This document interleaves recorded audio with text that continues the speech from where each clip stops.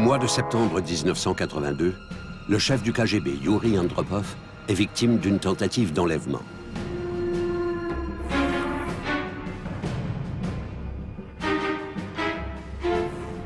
L'incident a lieu alors qu'il quitte son bureau incognito pour se rendre à un rendez-vous secret hors de Moscou.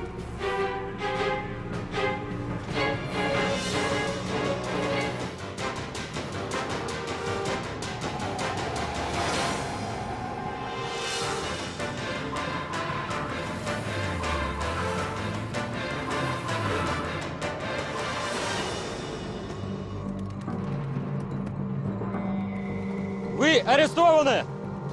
Приказываю выйти из машины. В противном случае открываем огонь. Юрий Владимирович, выходите из машины. Вы арестованы.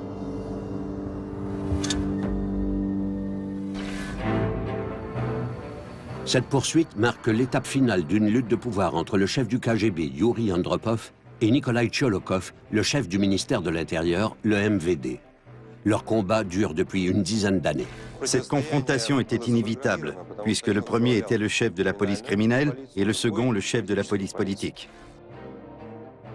En l'occurrence, toute information susceptible d'aider Andropov à discréditer Tcholokov est essentielle à sa quête du pouvoir. Youri Andropov avait secrètement ordonné qu'on monte des dossiers sur les employés du ministère de l'Intérieur.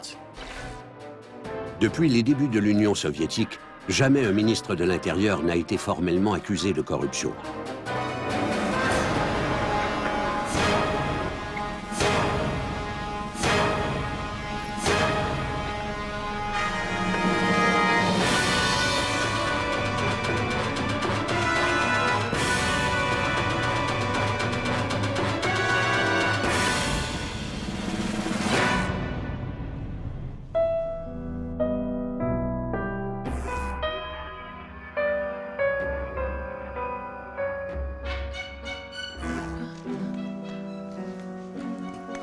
Светка!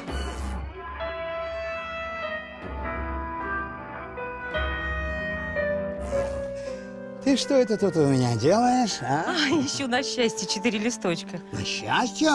А ты у меня разве несчастливая? Какое? Ты разве не счастливая? Я самая счастливая женщина на свете.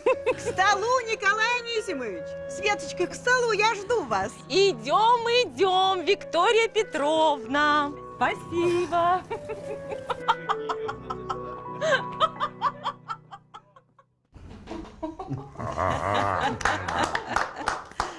Спасибо, дорогая.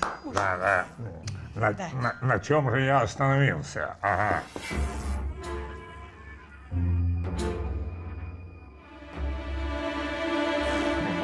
Моя мать, значит, обходит мой дом. Ну, всюду, значит, антиквариат, картины всякие, люстры чешские, ну, народ придумывает. Вот мама и спрашивает: Ленечка, а что ж ты будешь делать, если коммунисты опять придут к власти? Что ж ты, Ленечка, будешь делать? А что я буду делать? Борщ буду кушать. О! Правильно, дорогой. Сметанка. А, отменный борщ. Отменный. Позвольте мне сказать тост. За главную хозяйку нашей страны.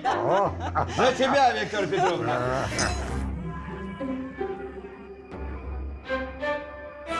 Да какая я главная.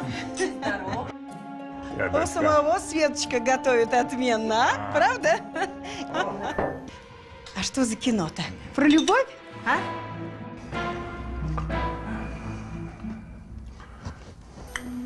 Ну, иди. Показывай.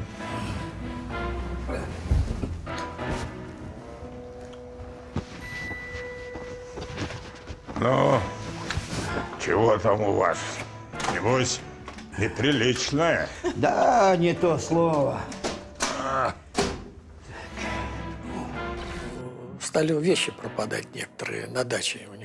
Quelques objets avaient disparu de la dacha des Tcholokov. On a donc établi une surveillance vidéo. Mais toute l'enceinte était déjà surveillée par les agents du 9e département du KGB. On a vu un agent se mettre quelque chose en poche, puis un autre.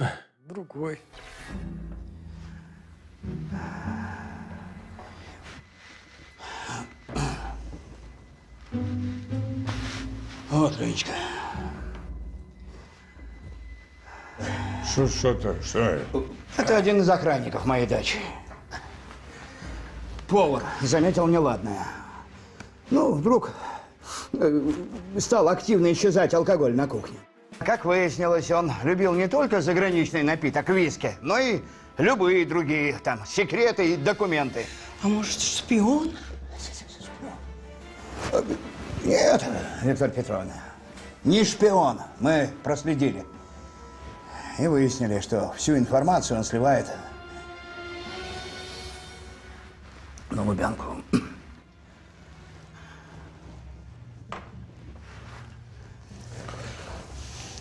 Странно.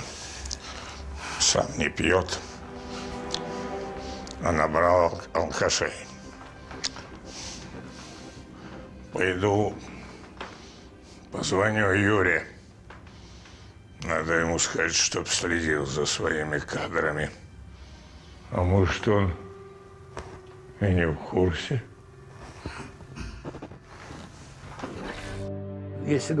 Tcholokov et Andropov n'avaient pas de bonnes relations. Ils étaient rivaux, et leur rivalité était même féroce. Les services spéciaux se jalousent toujours. Combien de films a-t-on tourné à Hollywood sur la rivalité de la CIA et du FBI, ou bien du FBI envers le service d'enquête criminelle de la marine? Ce genre d'intrigue est courante et basée sur la réalité. Ces agences se disputent l'accès aux autorités supérieures, que ce soit le président américain ou le nôtre. C'est pour cela que le département de Tcholokov faisait concurrence avec celui d'Andropov, pour influencer Brejnev et le Politburo. Depuis que Nikolai Tcholokov est devenu le chef du MVD, ses relations avec le chef du KGB, Yuri Andropov, sont tendues. Je crois qu'Andropov était le seul homme qui le haïssait et l'enviait en même temps. En effet, la carrière de Tcholokov est plutôt enviable. Il a rencontré Brejnev avant la Seconde Guerre mondiale, et cette rencontre a été déterminante pour son avenir. Son succès découle de ses relations familières avec les Brejnev, mais aussi du fait que sous son leadership, le MVD a pris une importance politique indéniable. Ce changement s'est produit durant les 2 décennies où Tcholokov a été le chef du MVD. Depuis la fondation du ministère de l'Intérieur, c'était la première fois qu'on montait une unité spéciale pour combattre le trafic de stupéfiants. Une autre unité a été créée pour mettre un frein à l'exportation des antiquités et une troisième pour combattre les crimes contre les ressortissants étrangers dont le nombre avait augmenté de façon significative. De plus, un quartier général avait été établi. Tcholokov a fait beaucoup pour le ministère. Entre autres, il a instauré l'égalité des droits et des salaires entre son ministère et le KGB. Et l'écart était assez important. Avant, les agents du KGB avaient toujours eu un rang plus élevé que les policiers. Tcholokov les a mis sur un pied d'égalité. Il a aussi fait en sorte que le ministère de l'Intérieur ait sa propre école, ses propres institutions et sa presse personnelle, une presse importante et influente. Tcholokov a vraiment monté une campagne de relations publiques au profit du MVD. À la demande de Tcholokov, le gouvernement soviétique entreprend une campagne pour améliorer l'image publique des forces de l'ordre. Le ministre contribue aussi à la production de films populaires comme L'unité des enquêtes spéciales et On ne change pas le lieu d'un rendez-vous. Олег, можете идти домой. Успокойте вашу маму. Да, и скажите ей, что истинный виновник происшествия найден. Наша служба и опасна, и трудна, и на первый взгляд как будто не видна. Andropov considère les efforts soutenus du MVD pour améliorer son image publique comme une provocation directe. Вась, ну хватит, прижми звук.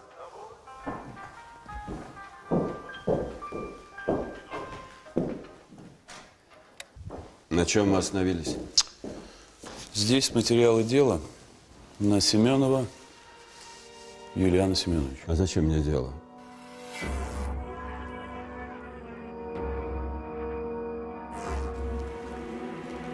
Мне нужна книга писателя Семенова о легендарном русском разведчике. Но он сейчас под следствием. Он убил человека. Он убил егеря на охоте. Это случается часто. Для творческих людей, насколько я знаю, драматическая ситуация очень плодотворна. Так что позаботьтесь, чтобы его поскорее освободили. Нам нужен советский Джеймс Бонд. Ну, не Бонд, конечно. Вась, как твоя фамилия? Исаков. Нет, Исаков – это не то. Исаев. Исаев. Вот прекрасная фамилия для советского разведчика. Ты смотришь в этот телевизор и видишь на посту одних милиционеров. Дурит советский народ.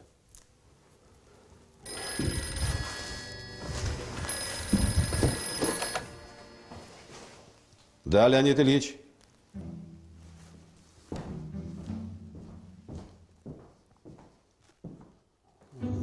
Да. По факту, который вам доложил генерал Щелоков, я разберусь сам. Виновные будут наказаны. Конечно, Леонид Ильич, больше этого не повторится.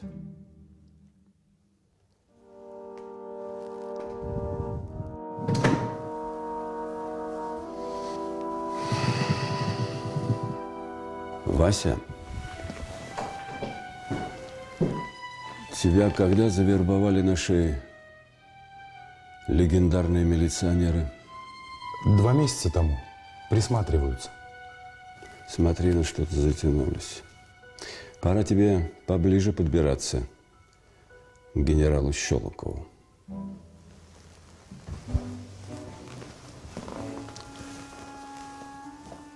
Найди повод. Пошел искать? Иди, клоун.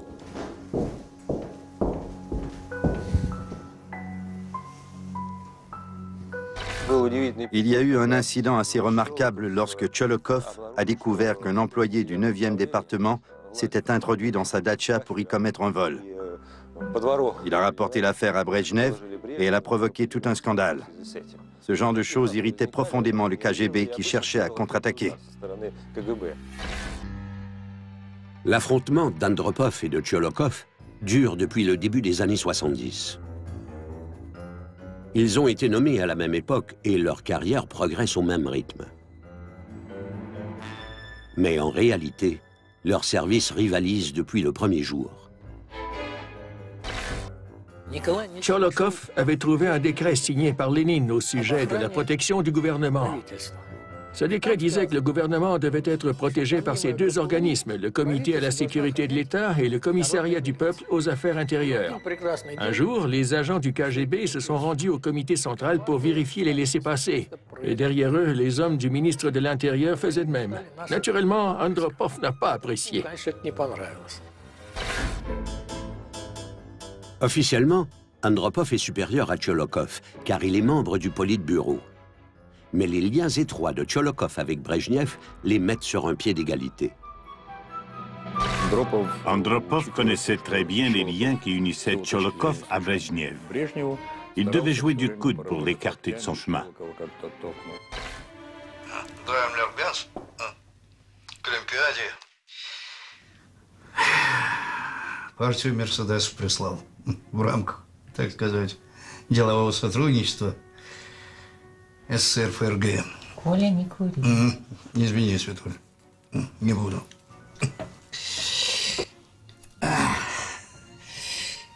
Так вот, я думаю, один сыну подарить, один тебе. В рамках, так сказать, ну, семейного паритета. Как ты на это смотришь? у меня парень. Не боишься ты так с казенным-то имуществом? Светочка, ну сколько можно, а? С волками, как говорится, жить. Я вот скажу, на этот счет у меня еще в Кишиневе один разговор случился. Представляешь, прибегает ко мне как-то один из моих помощников. Ну, Пашка перевозник. Сейчас он начальник ОБХСС, а тогда совсем неотесанный был. Ай, Николай Ильич, у нас ЧП. Что такое, говорю, Паш, какой ЧП? Да вот, наши республиканские снабженцы в Москву продовольственные взятки чемоданами возят. Эй, говорю, наивный человек ты, Паша. Я сам, когда в Москву еду, эти подарки вагоном везу. А в вагоне у меня снабженцы сидят и эти подарки сортируют. Кому в Госснаб, кому в Госплан, кому в Совет Министров. Вот. Самый дорогой подарочек. Мои Светулечки любимые. Боюсь я, Коля. Света, все. Что такое? Система? Надо бы это понимать. Или ты человек, система, Света? Или это система тебя? Развитого социализма, Светик, во всей стране сразу не построишь. Только в отдельных ее областях. В Политбюро, например. Сама все понимаешь.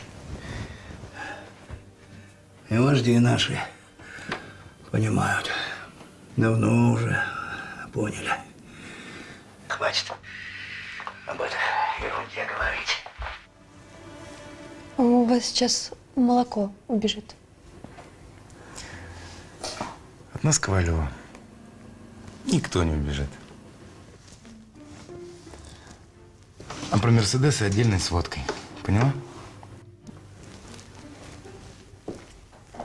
L'information concernant les Mercedes destinés aux Olympiques fournit des preuves évidentes de la gestion corrompue de Nikolai Tcholokov à ses ennemis du KGB. Et il lui réserve une très mauvaise surprise. Я сам, когда в Москву еду, эти подарки вагоном везу. А в вагоне у меня снабженцы сидят и эти подарки сортируют. Кому в Госснаб, кому в Госплан, кому в Совет Министров. Вот. Самый дорогой подарочек. Моей Светулечки любимые. Моей. Что-нибудь еще существенное на записи есть? Есть, Николай Анисимович.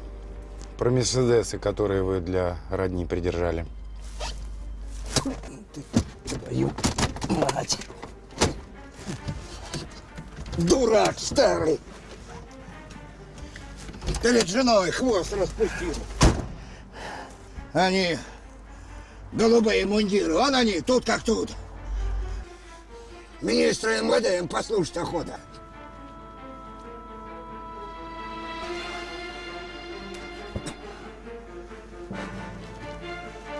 А Мерседесы, между прочим, эти для дела нужны.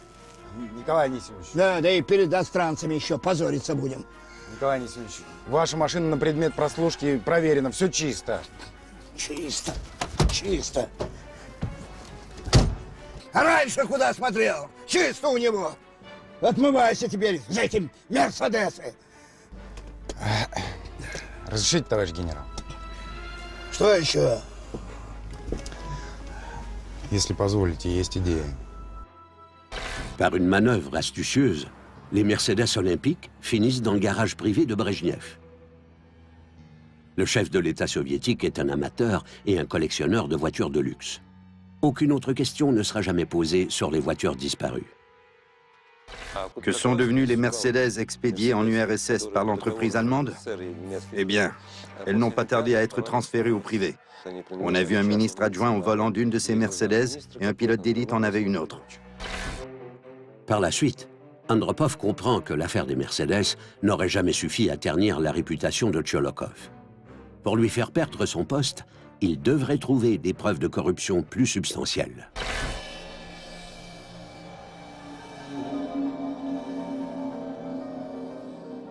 Et pour y arriver, il se sert de la grande faiblesse de son rival, sa passion pour les tableaux et les antiquités.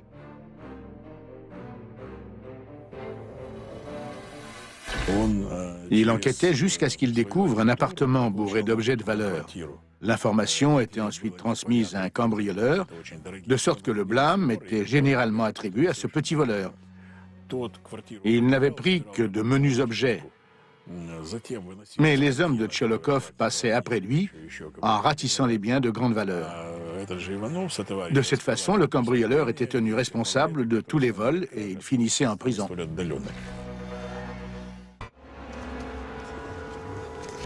Иванов, что стоишь? Давай помогай.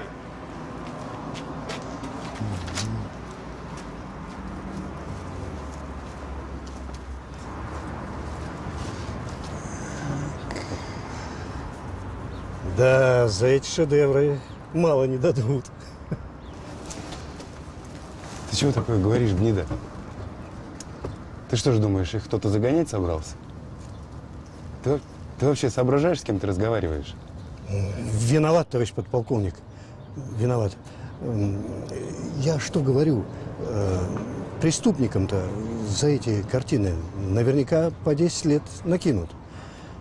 Насидятся за это добро. Ладно, лейтенант, можешь быть свободен. Благодарю за службу. Я сам доставлю картины по месту назначения.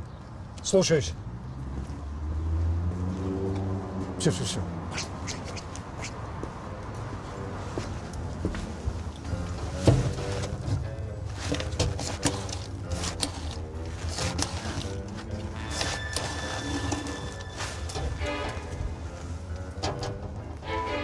Алло, Беркут?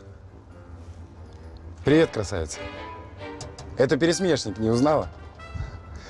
Информация по делу родня. 2 картины Саврасова, 1 Шишкина, какие назвать не могу, а вот кустодиевскую купчиху узнал. В школе проходили. Ну все, отбой. До связи.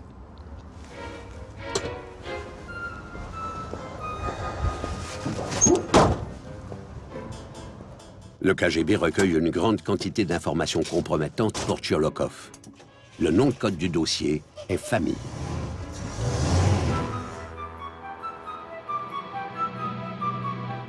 Andropov n'a plus qu'à trouver l'occasion de le présenter à Léonid Brejnev. L'explosion a eu lieu au début des années 1980. À ce moment-là, Brejnev était assez âgé et tous les joueurs s'espionnaient l'un l'autre de peur de perdre l'avantage. Bien sûr, ces conditions provoquaient des complications. Un jour, un policier a même tué un agent du KGB. Да-да-да-да-да-да-дам-там-там-там. Что тут у нас? Так, сладенькое. Для девочек. О, это другое дело.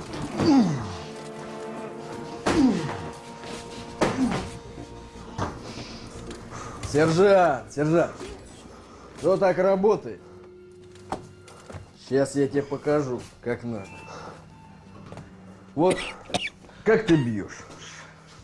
Как обычно. Как обычно. А как обычно, не надо.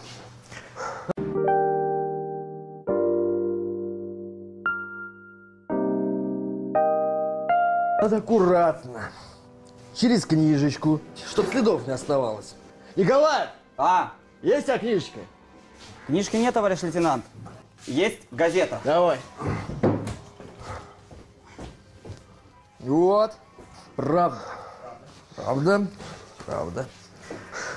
Почитаешь нам вести с полей, а? Внимательно. Что у нас там про правду написано? Начитался. Lobanov, un des tueurs, était alcoolique. Il a été fiché au tableau d'honneur et récompensé pour ses longues années de service. Cet homme avait tué un suspect à son domicile 5 années plus tôt. Ensuite, il avait démembré son cadavre et l'avait éparpillé près de la station souterraine d'Oktyabrskaya. Mais certains morceaux ont été transportés à la station d'Orekovo-Zouevo. Pourtant, cet homme a pu garder son poste sans problème. Aujourd'hui, on se demande comment et pourquoi cela a pu se produire. Молодец. Мужики. Начитанный. Мужики! Он и правда КГБшник. Не соврал. Гена, а ты кого нам привел? А? Зачем уж там-то? Я с этими гадами давно посчитаться хотел. Они моего деда в 37-м расстреляли. Я ему разверстку устрою, мало не покажется. Ген, какая разверстка? Ты что, спятил? Не ссы, я свою норму знаю. Что же нам теперь делать-то, А ты что, инструктаж не слышал? Кто на милиции попрет, тот от нее и помрет. Все, кончить его надо. Сдаст. Le meurtre de l'agent du KGB par des policiers envenime le conflit qui oppose déjà le KGB au MVD. Tcholokov soutenait le MVD à 100%. Il prétendait que les policiers étaient sans tâche et qu'il n'y avait aucun problème. Ces mensonges, alliés au désir de cacher la réalité, étaient au cœur d'un problème qui perdure encore aujourd'hui. Andropov et Tcholokov supervisent personnellement l'enquête de leurs services respectifs sur le meurtre de la station de métro de Jdanovskaya. Andropov требует, À cause de la nature du crime, Andropov a voulu exiger que l'enquête soit menée par ses hommes. Tcholokov s'y est objecté en disant « Ce sont nous criminels. Nous avons un service qui surveille les agissements de notre personnel. Ces employés sont parfaitement capables de mener l'enquête. » Comme on peut l'imaginer, la situation était assez grave. L'affaire déclenche la fureur générale, car tout le pays est informé des détails par une campagne de presse bien organisée. L'étau se resserre autour de Nikolai Tcholokov.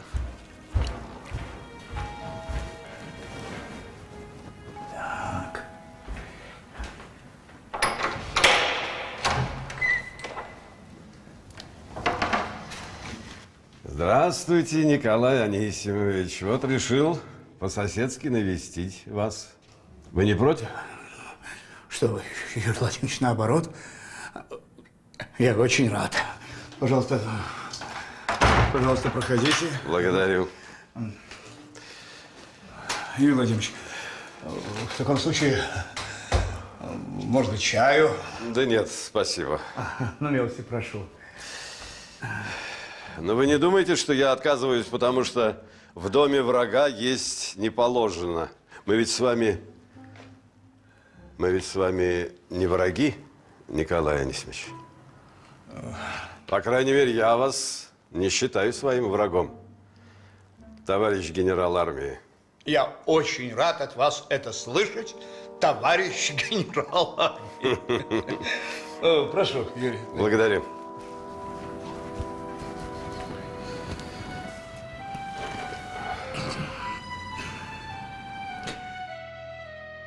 Юрий Владимирович, а может быть, все-таки чаю? Вот странно, мы с вами оба генералы армии. Живем в одном доме, а в гости друг к другу не ходим.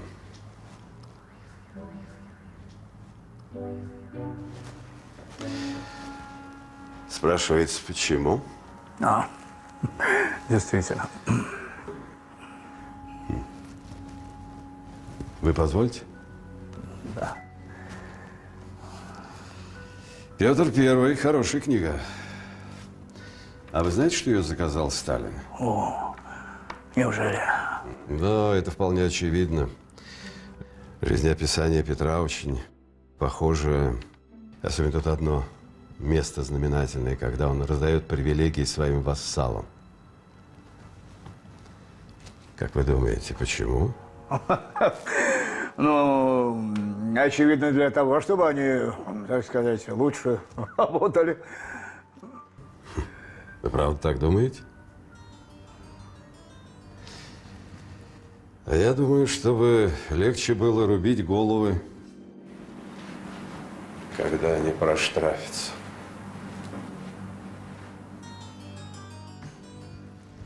Провожать меня не надо, я и сам дверь захлопну.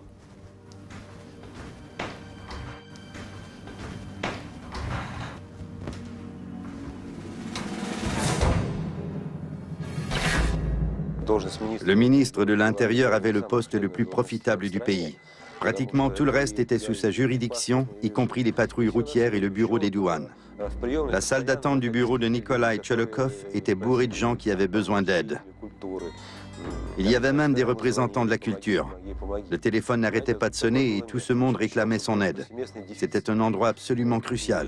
Compte tenu des pénuries généralisées à l'époque, il est certain qu'un homme calculateur pouvait brasser des millions.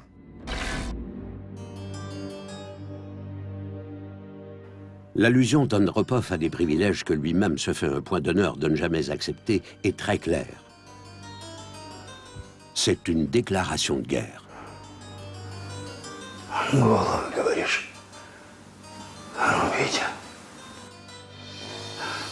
Cholokhov a une seule porte de sortie. Lancer une contre-attaque inattendue.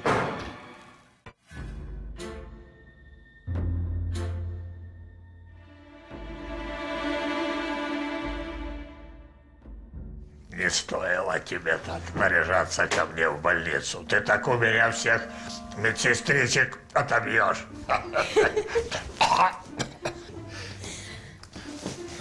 Леонид Ильич. Да, ну. Доктор просил вас пока не засыпать. Через полчаса будет процедура. Да, тут заснешь. Он, посмотри, боевой конь ко мне прискакал при орденах. Ступай, а то он перед тобой сейчас горцевать начнет, всю палату разнесет. Присядь, Коля, присядь. Что ты? Ну что у тебя? Ну что?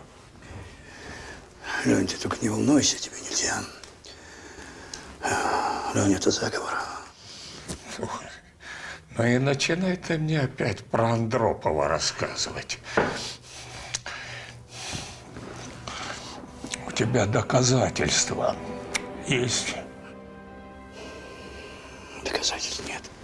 Вот видишь, а если бы даже были доказательства, что бы я мог сделать? Что? Ленечка, доказательств пока нет. Но они будут, клянусь тебе. Дай мне только 24 часа, и я представлю тебе доказательства. Лень, подпиши санкцию на его арест. Об остальном я позабочусь. На какой арест? На кого? Кого арест? Позови врача. Ленечка, тебе плохо, Леня? Это тебе, Коля, врач нужен, чтоб выписал тебе порошки. Вот хорошие, например. Лёня, при чем здесь эти порошки? Лёня, если мы его сейчас не арестуем, будет поздно. Но это уже не прикрытая война, Лёня! Что я скажу в ЦК? Что я скажу в ЦК? Ну подожди. Ну, соберешь досье, факты, документы, но... Ленечка, времени нет, ты понимаешь? Лёня, клянусь, я не знаю, какую участь они тебе там уготовили, но... Но ты ведь, Ленечка, не только о себе должен думать. Вон, за тобой страна, Леня! Страна за тобой! Да, Коля, это правда. Я тебе скажу, мы с тобой друзья. Мы с тобой...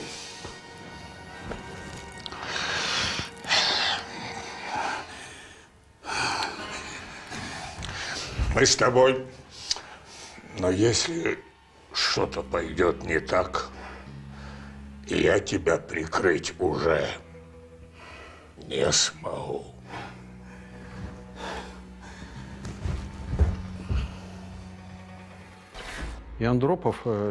Il est certain qu'Andropov était un homme puissant. Il faisait partie de l'entourage du chef et il disposait de certains pouvoirs. Malgré cela, il lui aurait fallu un coup d'État pour influencer le chef de l'URSS. Surtout un chef comme Brejnev, qui s'est maintenu au pouvoir pendant si longtemps, à une époque où tout dépendait de l'État.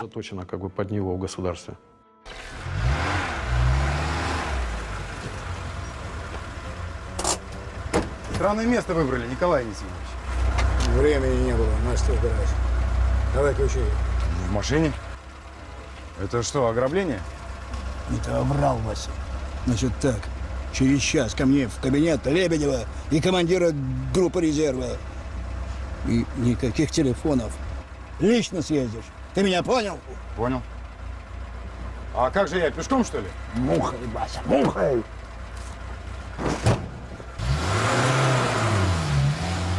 Садись, дамчу. Да ничего, Толик, тут рядом. Как это рядом? Куда рядом? Все рядом, когда мухой. Ага.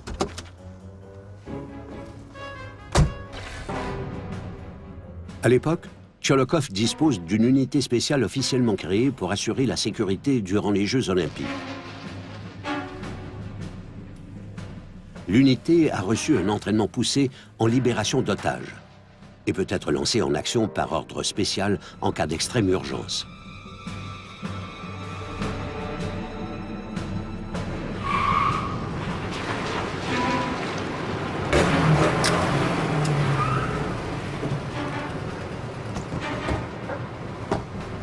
Юрий Владимирович, выходите из машины! Вы арестованы!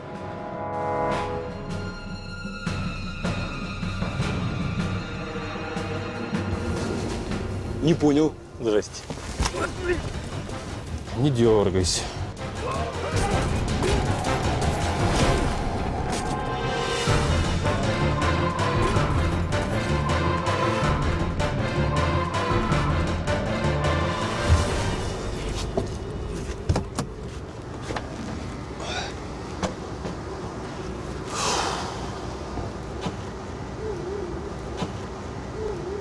Сокол центру. Сокол центру.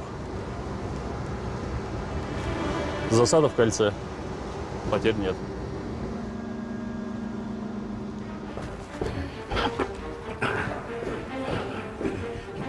Selon certaines sources, l'enlèvement d'Andropov a échoué grâce à la présence d'une taupe du KGB dans l'entourage de Tcholokov. La démonstration de force espérée par le ministre de l'Intérieur s'est soldée par un échec.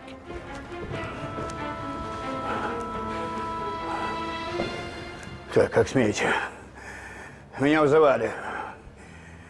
Леонид Ильич просил. Здравствуйте, Николай Анисимович. К сожалению, никого больше Леонид Ильич сегодня принимать не будет. Отдыхает. Да, я понимаю. Я все понимаю. Погодите, а что значит никого больше? Кто-то уже приходил? Андропов? Извините, товарищ генерал армии, я не уполномочен давать такую информацию. Ясно.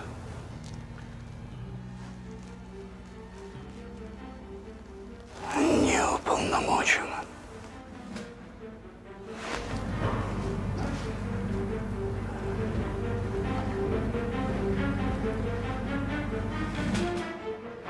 Un mois après la mort de Brejnev, Tcholokov est contraint de démissionner. Andropov est maintenant au pouvoir et il place un de ses hommes à la tête du MVD. La tâche du nouveau ministre de l'Intérieur est simple. Il doit débarrasser son ministère de tout ce qui rappelle Tcholokov. Ils ont voulu effacer le mandat de Tcholokov, toute trace de sa présence en fait. Ils se sont débarrassés des souvenirs et des cadeaux qu'il avait apportés au musée du ministère. Ils ont effacé les inscriptions faites par son ordre sur les plaques de métal et de marbre. C'était un besoin viscéral. Ils ont même fait un feu pour brûler des photographies et toutes sortes d'objets de collection. Le nouveau ministre renvoie plus de 130 000 employés du MVD.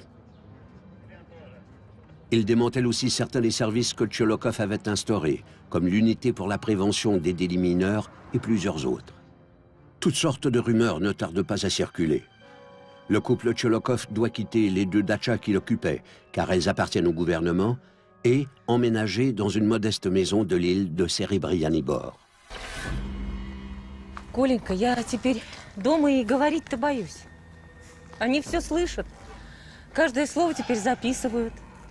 Свет, ты бы не сидела дома. Сходи вон куда-нибудь развейся. Кому? Куда? С кем? Ты, интеллигенция, от меня шарахается, как от прокаженной. Друзей арестовали.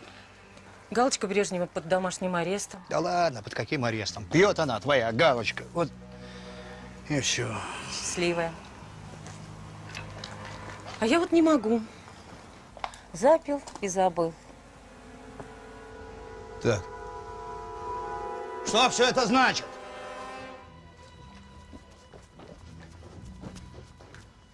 Что происходит, мать вашу?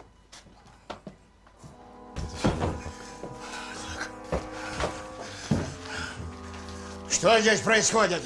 О, Николай Анисимович, а мы уже почти закончили. Вот, ордер на обыск.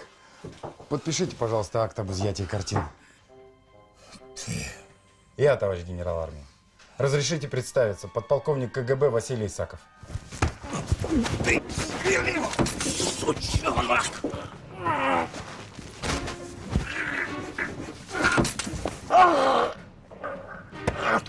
Пусти!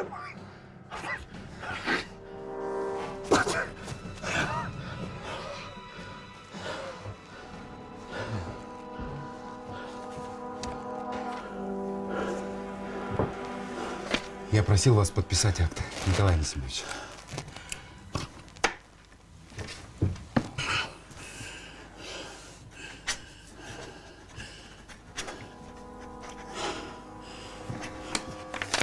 Приятно было поработать. О, моя красавица! Снова встретились. Ну надо же, как в сказке. Ударился генерал Лозин и превратился в кусок дерьма. Удивительно.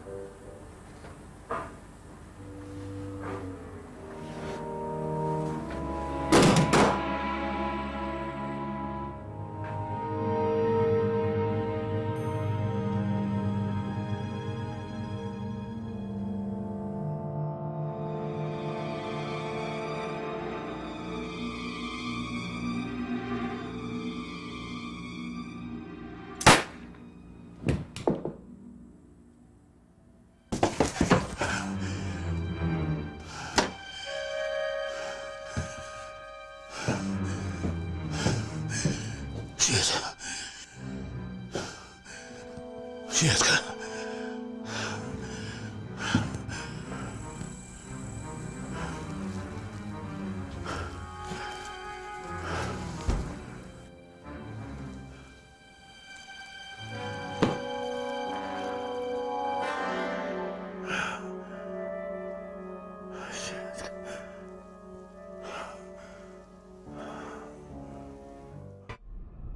Видеозапись. Приложение к протоколу обыска на квартире гражданина Щелокова Николая Анисимовича, произведенного 12 ноября 1984 года по адресу город Москва, Кутузовский проспект, дом 26, квартира 94. Le KGB transmet ensuite le dossier famille des Tcholokov au bureau du procureur militaire. L'enquête suit son cours, malgré le suicide de Svetlana Tcholokova. Nikolai Tcholokov perd tous ses postes et ses titres. Mais un procès public pourrait ternir la réputation de tout le système soviétique. L'acharnement de Tcholokov à survivre met bien des gens mal à l'aise. Par mesure préventive, on l'isole complètement. En fait, quand Tcholokov a été forcé de démissionner, on espérait son suicide. Personne ne voulait provoquer un scandale en le mettant en accusation. On retardait constamment son arrestation. Pas encore, attendons un peu plus longtemps.